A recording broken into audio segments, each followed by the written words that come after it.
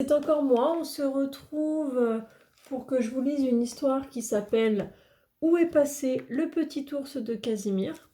C'est une histoire assez courte que les parents, vous pouvez lire le soir si vous le voulez, avant que votre enfant s'endorme, puisque c'est une histoire qui est assez calme, assez relaxante.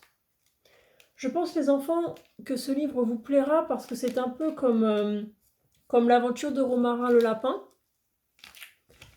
C'est un livre animé. Un livre animé, c'est un livre avec des illustrations comme ceci, en volume. En général, ça vous plaît.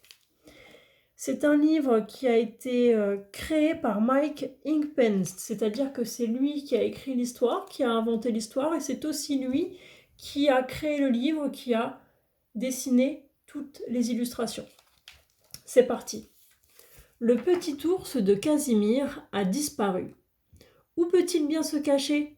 Tu vas le savoir en lisant toute cette histoire. Alors, qui joue à cache-cache et fait peur aux petits oiseaux ?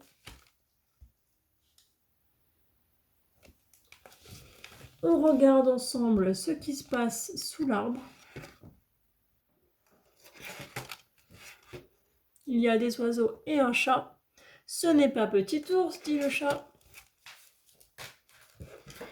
Petite souris a beaucoup d'amis qui ont beaucoup d'amis aussi. Avez-vous vu mon petit ours ? Demande Casimir. Là, je ne sais pas si vous voyez, mais le chien est en volume. On a bien la tête qui dépasse du livre. Et on a les petites souris qui répondent à Casimir. Elles font nom de la tête. Quand je tire sur la petite languette, regardez, il y a une flèche, on peut tirer.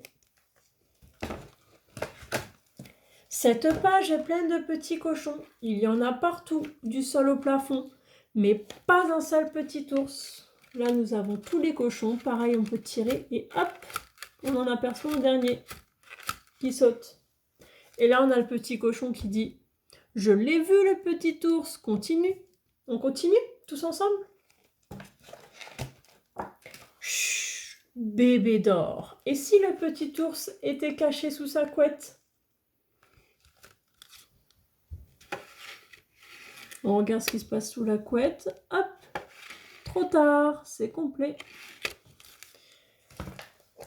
Maintenant, regarde bien. La taupe et le campagnol vont sortir de leur trou en même temps. Et hop, pareil. Là, on regarde ce qui se passe ici. On tire avec la petite flèche et on a bien la taupe et le campagnol qui sortent en même temps de leur trou. Alors, je vous montre bien les animaux. Les rats, eux, vivent dans un drôle de trou, tout en désordre. Ils s'en moquent ou quoi ? Hop, on est sur la même page. On regarde ce qui se passe dans le trou.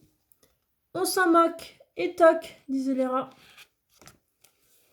Crois-tu que de ce trou-là, un petit ours sortira ? Pareil, on a une petite flèche. Hop, on tire.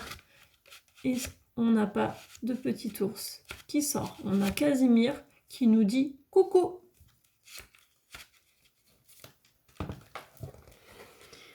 On m'a dit que sur la lune vit une tribu dans les dunes. Ils ont le nez en trompette et des antennes sur la tête. Eux aussi adorent leur petit ours.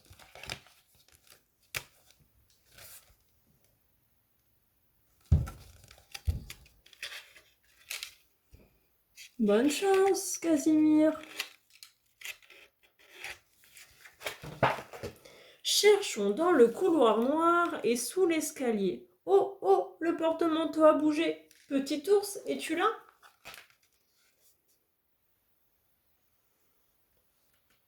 Je me recule un petit peu pour que vous puissiez bien voir.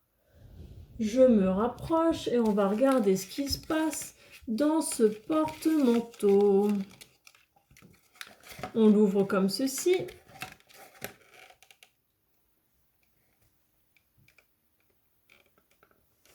Et non, c'est nous, les rigolos du porte-manteau. On referme. Mais où es-tu, petit ours? Où es-tu? Pourquoi? Pourquoi es-tu parti? Comment faire pour te retrouver? L'histoire est presque terminée et il est l'heure d'aller se coucher. Les étoiles brillent haut dans le ciel. Allons, au lit, petit endormi. On cherchera encore demain ce petit ours si coquin.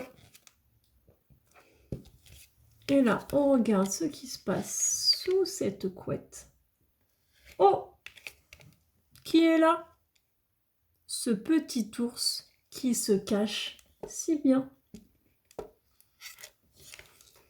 Je vous remontre une dernière fois. Et voilà, l'histoire est terminée.